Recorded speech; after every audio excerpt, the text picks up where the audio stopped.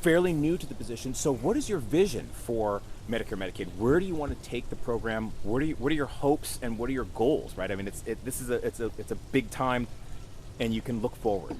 This is a generational opportunity for us to challenge ourselves to do better with healthcare. And let me just put it in the perspective of empowerment, because that is the word that describes for me what my main goal is. I did it practicing medicine all those years. I did it hosting a television show on your station. I have always believed that if you give people tools, they can become the world experts on their bodies and make wise decisions. And so if we could do the same thing today, allow folks, often with just technology, but in whatever means possible, to know more about what's going on in their lives, based on what their doctors may know, what their family has insights into, what they're thinking, and then allow them to act on those insights. They'll be healthier. That drives down overall costs, because chronic illness drives 70% of all the healthcare costs that we pay for in America. So that's where the big wins are. But how do you get there? Well, you get there because you empower and incentivize doctors as well. So now they have a little bit of decision support. You can go in there and say, this patient's going to develop renal failure if you don't do these 3 things, or no, that medication is going to kill them if you give it at that dose. These are real mistakes that happen, that I just heard about today, by the way. So you can begin to change how doctors and nurses and pharmacists interact with the patients. And CMS is involved in all of that.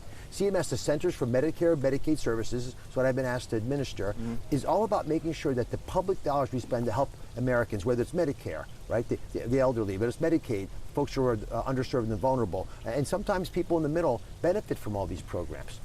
But if we take a step back, think about this. All great societies take care of their most vulnerable, all.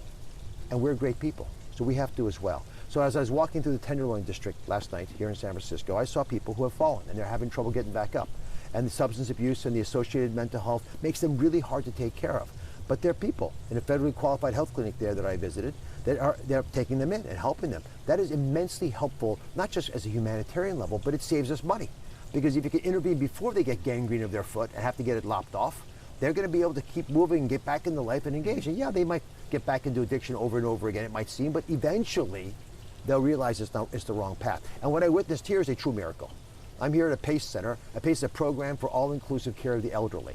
It's a different way of thinking about how you can age in America. Instead of putting you in a nursing home, throwing the keys away and putting you in a place where you may not want to be, they take you into a community that's all-inclusive. So you can get your care here, medical care, but you can also get public events. They were singing in a choir. They're dancing. In fact, we witnessed together something that I think is a good example of what happens if you're in one of these events. And again, you're living at home, you're just coming to this PACE experience during the daytime. You can have your meal, lunch here and socialize with others and get your medical care, and they double check on you and they'll transport you here. But what they're really doing is giving you agency over your future. Mm-hmm. So I go in there to dance, we're having a good time. A woman next to me, I won't give her name, but she'll become a friend now, because she steps back and falls on a weight, a little tiny hand weight that people carry. And she falls on her back, and we both witnessed it. She banged her bottom, but she had core strength, and she had neck strength, so she didn't bang her head. And so we avoided a catastrophe for this beautiful woman. And instead, she got up and smiled, and it's a great story. And I think that is the key here. Number 5 cause of death in older Americans is falling. How can that possibly be? It's because you put people in a corner and don't allow them to engage in life. They get weaker and eventually melt into the bed. Mm-hmm. Instead, here at this PACE Center, I see doctors who are here because they want to take care of older patients, and not because they're managing until the end. They actually see them getting better and better and stronger and wiser, and sharing that wisdom with those around them. It's very uplifting, and that's the kind of holistic approach that is the MAHA movement. When you're learning about nutrition here, it's not just nutrition. It's nutrition so you can do other things with your life. And that's what the Make America Healthy Again movement has always been about. Is it a way of looking at it as, in other words, investing on the front end saves us money on the back end? Investing in programs like PACE. I'm not saying that I'm not going to tie you down to PACE yet, but investing in programs like PACE and doing that preventive work and fostering that sense of independence, is that a way to get to some of the savings that you're looking to try to get to? A stitch in time saves 9. That was an old saying by Benjamin Franklin. The idea is you put the stitch in the right way first, you don't have to put any more in. What is the most expensive thing in medicine? Bad care. Because you pay for the poor procedure, the one that shouldn't have happened, or the medication they shouldn't have gotten, then you pay to fix the problem, then you pay for the complications of that mistake. So it is imperative that we're taking proactive steps to prevent these problems from getting worse, catch them early, or prevent them from ever happening in the first place. This is, I think, a major awakening, an epiphany for America.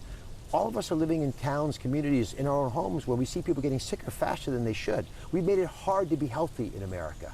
Our holistic, broader goal in this administration is to give you the tools to change that natural history, but also make sure that you're exposed to cleaner environment, healthy foods at an affordable price, activities. And as my responsibility in having to pay for some of the expenses that happen when you get sick, why not invest to prevent the problem in the first place by catching it so far beforehand that you don't have to leave your home and go to a facility that's far away from you. Your family might not be able to see you as much.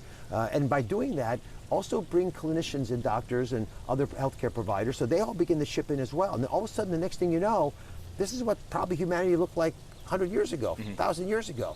You didn't take the older folks and leave them off on the corner. You incorporated them every day into life. And that community element is mission critical because our brains are hardwired to deal with each other. When we stop looking in the eyes of each other, we stop being what makes us so important. We stop being social. And when you're not social, all of a sudden, all the little things that start falling off begin to accelerate that process, and you get old fast. Is there a way to leverage technology? Because you talked about making sure that doctors can make sure that appropriate medications are being given and older people can be engaged. Is there a way, and it sounds like you're looking at possibly engaging technology to do that. Give me 1 second. Yeah. In other words, I'm wondering if like cell phones and stuff like that, you know, It's a good question. having that kind of... When is this airing? Should be on TV tonight at 5 and 6, if I can write quickly enough. All right, so I'm going to share something. It's not public yet, but it's going to come out in... You good? So are we off the record? I'll say it in a way that you can... No, it's not embargoed. I'll say it in a way that you can use it. Okay. So wondering if there is a way to leverage technology, right? I think that everybody has a computer in their pocket, which means there's a way of kind of reaching people in ways that you haven't reached them before, and there are also ways of managing data that we don't have, that we didn't have before. Brilliant question. We are actively engaged in trying to pull out information from the biggest tech experts in the world, many of them here in San Francisco. And you'll be seeing from us over the next week a request for information to be able to just do that in a very open way. We have to build a healthier ecosystem around technology in medicine. Right now it's all fragmented.